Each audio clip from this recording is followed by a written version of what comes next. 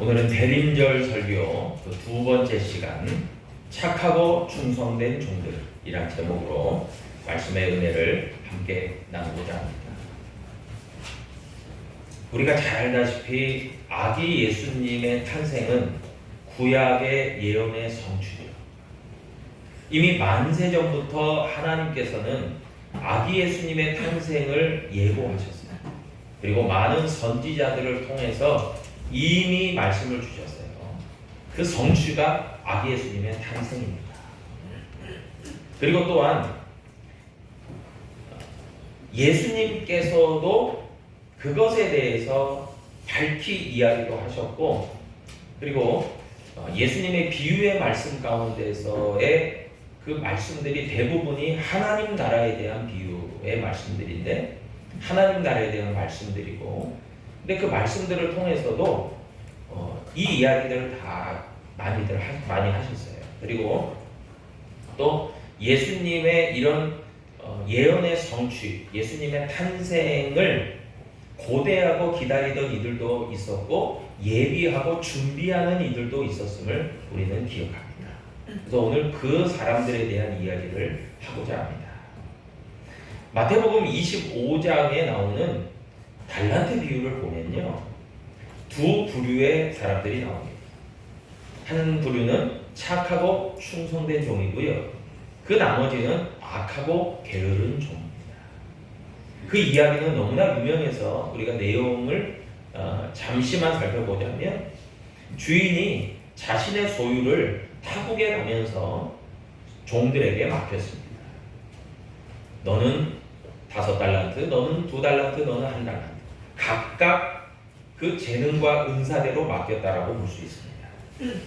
그런데 착하고 충성된 종들은 주인의 맡겨진 소임에 대해서 최선을 다했습니다. 그러나 악하고 게으른 종은 주인이 오랜 시간 더디 옴으로 주인의 맡긴 것을 땅에 그만 묻어두고 아무 일도 하지 않았습니다. 그냥 방치해버렸습니다. 그리고 오랜 시간이 지난 후에 주인이 돌아와서는 종들과 이제 이야기를 나눌 때에 착하고 충성된 종들은 주인의 칭찬을 받고 주인의 즐거움의 잔치에 참여하게 되었습니다. 그러나 악하고 게으른 종은 어떠한 변명도 통하지 않고 바깥 어두운데 내쫓김을 당하게 되었다는 것이 달란트 비유의 내용입니다. 여러분, 그렇습니다. 예수님께서요, 2000년 전에 유대 땅 베들레헴에 육신을 입고 태어나실 때에도 역시 마찬가지의 상황이 벌어졌습니다. 착하고 충성된 이들이 있었는가 하면은 그에 반해서 악하고 게으른 이들이 분명히 있었습니다. 결론부터 이야기하자면요, 착하고 충성된 종들은 예수님의 길을 평탄하게 하기 위해서 주의 길을 예비했던 세례 요한과 같은 이들이에요. 그들이 착하고 충성된 종이었습니다. 세례 요한에 대해서요, 마가복음 1장 2절로 4절을 보니까 다음과 같이 얘기합니다. 선지자 이사야의 글에 보라, 이미 구약에서 세례 요한에 대한 예언이 있었습니다. 내가 내 사자를 내 앞에 보내노니 그가 내 길을 준비하리라. 광야에 외치는 자의 소리가 있어 이르되 너희는 주의 길을 준비하라. 그의 오실 길을 곱게 하라. 기록된 것과 같이 세례 요한이 광야에 이르러 죄 사함을 받게 하는 회개의 세례를 전파하였다라고 이야기합니다. 여러분, 그래요. 세례 요한은요, 이미 구약에 있는 이사야 선지자의 예언의 성취입니다. 광야에 외치는 자의 소리였어요. 그리고 예수님의 오시는 길을 준비하는 사명을 감당했던 사람이 세례 요한입니다. 이사야 40장 3절이 얘기합니다. 외치는 자의 소리여, 광야에서 외치는 거죠. 너희는 광야에서 여호와의 길을 예비하라. 사막에서 우리 하나님의 대로를 평탄하게 하라. 이야기입니다. 예수님보다 먼저 태어난 세례 요한은요, 예수님의 오실 길을 평탄하게 하고 또 예비하고 준비하는 일을 했다는 거예요. 그 사명을 기꺼이 감당했다는 것입니다. 그리고 마가복음 1장 6절로 8절에 보니까요, 세례 요한에 대한 그런 모습을 자세하게 표현하고 있습니다.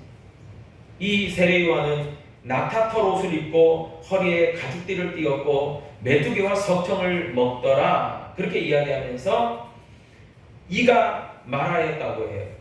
세례 요한이 내 뒤에 오시는 이는 너무나 능력이 많으시기 때문에 나는 그분의 신발끈조차도 풀기가 감당할 수 없다.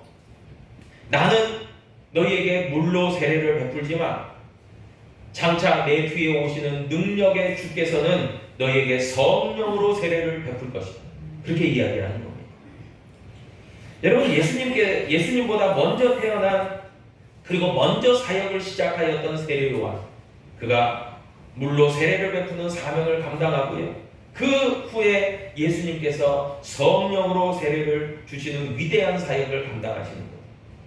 여러분, 이렇듯이요, 착하고 충성된 종이었던 이 세례 요한, 이 세례 요한은요, 예수님의 길을 예비하고 평탄하게 하였다는 거예요. 그것을 예수님도 인정하셨어요.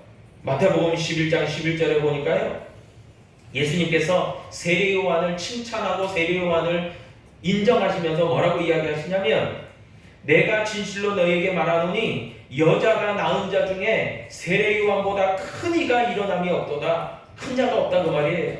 그러나 천국에서는 극히 작은 자라도 그보다 크니라 하고 그를 인정하시고 칭찬하셨습니다.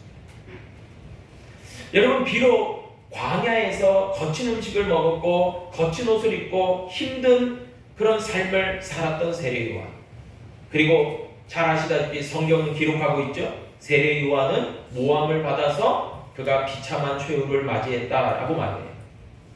여러분, 세상의 평가는요, 세례 요한은 고통당하고 어려움당하고 그리고 많은 사람들의 주목도 받고 인정도 받았지만 그러나 비참한 최후를 맞이했어요. 그게 세상의 평가예요. 그러나 하나님의 평가, 우리 주님의 평가는 전혀 다릅니다. 저가 여자가 낳은 자 중에 최고로 위대한 자다. 그리고 저는 하나님의 길을, 주의 길을 예비한 자다. 한마디로 이야기하면, 결론으로 얘기하면 저가 바로 착하고 충성된 종이었다라는 거예요. 그게 하나님의 평가입니다. 달란트 비유에서 착하고 충성된 종이 가리키는 그 사람이 세례 요한 같은 사람이라는 거예요. 그런데 오늘 우리가 읽은 본문 말씀 마태복음 2장에 보면요, 또 다른 부류의 착하고 충성된 종들이 등장하고 있습니다. 바로 동방으로부터, 유대로 말하면 동쪽으로부터 유대 땅으로 찾아온 동방에서 온 박사들이 그들입니다. 여러분, 생각해 보세요. 저들은요, 하나님의 택하신 선민도 아니에요. 유대인들이 아니라 그 말이에요. 저들은요, 유대로 보면 멀리 메소포타미아 문명의 발생지라고 할 수 있는 지금의 이라크 그 지역에서 동쪽으로부터 멀리 떨어진, 역사적으로 놓고 보면 바벨론 땅 지역에서 찾아온 동방 박사들이에요. 여러분, 이들의 유래는요, 거슬러 올라가면요, 남유다가 망하고 바벨론의 포로로 이스라엘 백성들이 바벨론 땅으로 끌려가는 그 시점부터 아마 시작이 될 겁니다. 포로로 끌려간 자 중에 하나님의 지혜의 소유자인 다니엘 같은 사람이 있어요. 이 다니엘을 통해서 바벨론 사람들은 하나님, 여호와 하나님에 대한 이야기를 듣게 됐어요. 저 서쪽에 팔레스틴 지역 유대라고 하는 땅에서 저 사람들은 여호와라는 신을 섬기는데, 다니엘을 보니까 여호와 하나님이 어떤 분인지를 알게 된 거예요. 여러분, 구약을 보세요. 다니엘서를 보세요. 다니엘의 행적을 보세요. 다니엘 때문에 왕도 여호와 하나님을 인정하고 그에게 경배해요. 그런데 그 다니엘의 지혜가 너무나 뛰어났기 때문에 당시에 다니엘로부터 지혜를 구하는 이들이 있었어요. 바벨론 사람들 중에 말이에요. 그들의 후손 내려가고 무려 600~700년이 흐른 시점에서 이 바벨론에서 다니엘의 어떤 지혜를 구했던 선조들의 후대가 바로 지금 동방으로부터 별을 보고 유대 베들레헴을 아기 예수를 경배하려고 찾아왔던 동방 박사들이에요. 여러분, 사실 하나님은 미리 이미 유대 땅 베들레헴으로 찾아가는 동방 박사들을 예비하고 계셨어요. 저들은요, 혈통적으로 유대인이 아니에요. 하나님의 선민도 아니에요.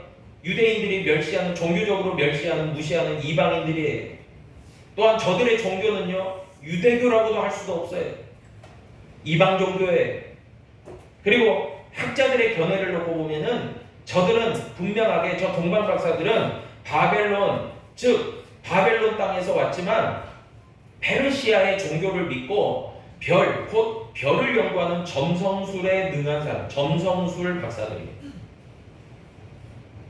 그런데 혈통적으로나 종교적으로나 여러 측면에서 도저히 하나님께서 인정하실 만한 착하고 충성된 종이 될 수 있는 여지가 없어요. 그런데 하나님은 저들을 사용하세요. 여러분, 놀라운 것은요, 구약을 보시면 하나님께서는 하나님의 백성들이 죄악에 만연되고 심판의 대상이 될 때에 이방 나라를 들어서 저들을 치세요. 그리고 경고하세요. 너희들이 하나님께 돌아와라.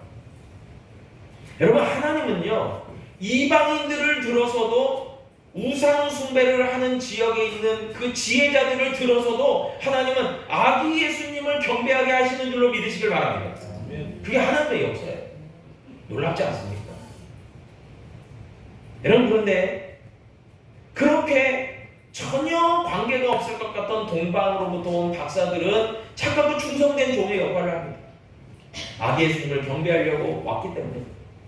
그런데 오늘 본문 마태복음 2장 1절로 2절에 보니까요, 악하고 게으른 종들이 지금 유대 땅에 살고 있어요. 1절로 2절에 보니까 헤롯 왕 때에, 헤롯 대왕을 얘기해요. 예수께서 유대 베들레헴에서 나심에 동방으로부터 박사들이 예루살렘에 이르러 말하되 유대인의 왕으로 나시니가 어디 계시냐, 우리가 동방에서 그의 별을 보고 그에게 경배하러 왔노라.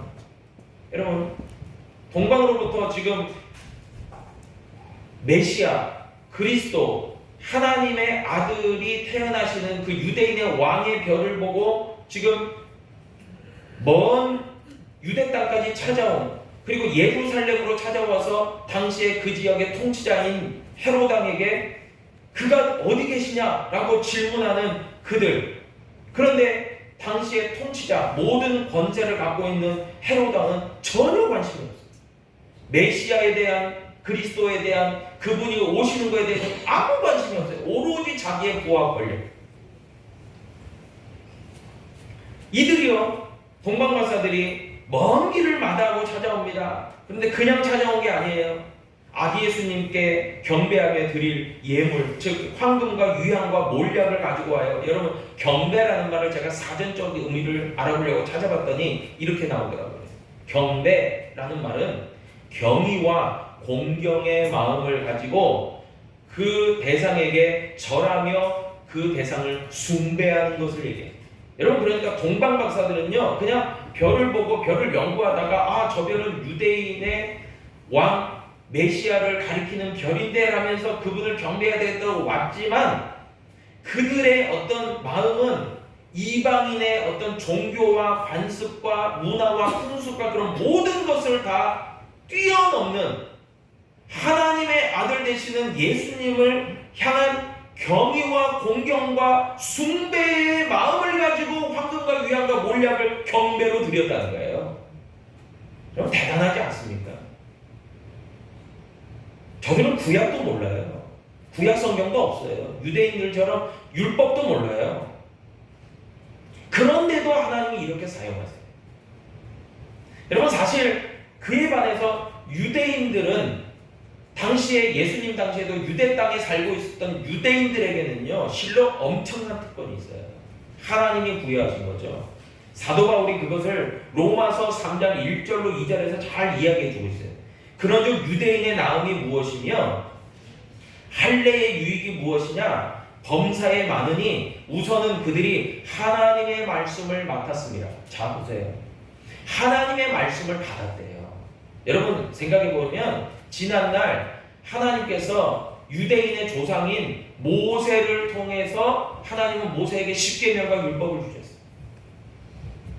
그때부터 시작해서 하나님은요, 유대 땅에 이스라엘에 사는 수많은 그 사람들, 이스라엘 백성들, 하나님의 선민들을 통해서 선지자들을 세우셔서 하나님의 말씀을 맡기셨어요. 계속해서 그 후대들이 누구냐? 자칭 예수님 당시에 바리새인과 서기관들이 그들이거든요. 우리가 하나님의 말씀을 받은 사람들이야, 하나님의 말씀을 맡은 사람들이야, 그런 자부심 하나로 생활했던 사람들이. 여러분, 유대인들은요 굉장한 특권이 있어요. 아브라함과 이삭과 야곱이 그들의 조상입니다. 그런데 진짜 특권은 하나님의 말씀을 받았다는 거예요. 그들이. 우리로 말하면 구약의 율법이죠. 그런데 그 구약에서 수많은 예수님을 이야기하는 예언들이 너무나 넘쳐나요. 우리가 뭐 일례로 한 말씀, 한 예언만 이야기하면 이사야 7장 14절에 얘기하죠. 그러므로 주께서 친히 징조를 너에게 주실 것이라. 보라, 처녀가 잉태하여 아들을 낳을 것이요 그 이름은 임마누엘이라 하며. 이외에도 수많은 예수님에 대한 메시아 예언이 구약에 가득해요. 그런데 동방박사들은요, 비교도 되지 않는 정말 그런 너무나 알 수 있는 방법이 너무 적어요. 말씀을 맡은 사람들이 아니니까. 그런데요, 예수님 당시에, 예수님 태어날 당시에 유대 땅에 수많은 바리새인과 서기관들에게는요 그런 말씀들이 주어져 있어요. 이미 영적 지식이 하나님으로부터 주어졌어요. 그런데도 나 몰라라 방식. 이거는요 마태복음 25장에 나오는 악하고 게으른 종들이에요. 진짜. 그래서 동방에서 온 박사들이요 헤로당을 찾아와서 유대인의 왕으로 나시니까 어디 계시냐 하니까 난리가 난 거예요. 아무 생각이 없다가. 헤로당은 그런다 쳐요. 에돔 족속의 후예고 저는 그냥 권세를 누리려고 한 사람이니까 그냥 이해한다고 생각해요. 헤롯 성전을 뭐 증축하고 대단하게 하는 것도요 유대인의 환심 달려고 했으니까 그런다 쳐요. 그런데 정작 유대인인 바리새인과 서기관들은 뭐하고 있냐? 난리가 났어요. 그래가지고 오늘 본문 말씀 4절로 5절에 보니까요 왕이, 헤롯 왕이 모든 대제사장과 백성의 서기관들을 모아서 그리스도가 어디서 나겠느냐 물으니 그때서 이제 대답을 하는 거예요. 유대 베들레헴 이오니 이는 선지자로 이렇게 기록되어 있습니다. 다 안 되는 거예요. 이미 다 기록이 돼 있어요. 예언이 돼 있어요. 메시아는 유대 베들레헴 땅에서 태어나신다고요. 대제사장들과 서기관들이 지금 바리새인들이 뭐하고 있는 거예요? 악하고 게으른 종이에요. 관심이 없어요. 자기의 부와 명예와 이런 것에 관심이 있지 하나님의 예언과 하나님의 말씀의 성취 이런 건 관심도 없어요. 이게 문제 아니에요.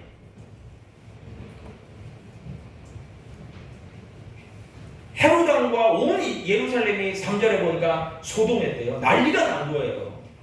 동방박사들의 방문을 접하고 나서 난리가 난 거예요. 왜 난리가 났겠습니까? 진짜 주인이 왔으니까 난리 난 거예요. 저는요 이 마태복음 2장과 마태복음 25장이 완전히 오버랩되더라고요. 아 진짜 악하고 게으른 종들이 저들이었네. 예수님이 말씀하신 악하고 게으른 종들이 당시에 대제사장들과 서기관들과 바리새인들이었구나. 예수님의 태어나시면 아무 관심도 없고 자기가 그냥 잘 먹고 잘 살고 부귀와 영화를 누리면 그만이고 유대인이야 나는 유대인이야 그런 특권의식에만 철저하게 그냥 세뇌되어 있는 저들. 그런데 세례요한 같은 사람들, 동방박사 같은 사람들은요 하나님의 길을 예비하고 하나님의 길을 준비하고 저들이 누구예요? 착하고 충성된 종들 아니겠습니까? 마태복음 2장 10절에 보니까요 동방박사들이요 아기 예수님을 정말 이제 경배하러 가면서 뭐라고 얘기하냐면 그들의 별을 보고 매우 크게 기뻐하고 기뻐하더라. 여러분 참 이게 마음에 와닿아야 돼요.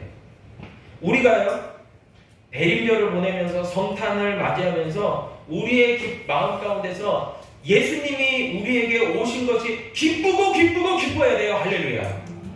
이게 진짜 믿음으로 막 고백돼야 되고, 여러분 그런데 반대의 경우도 있겠죠. 별에 별 관심이 없어요.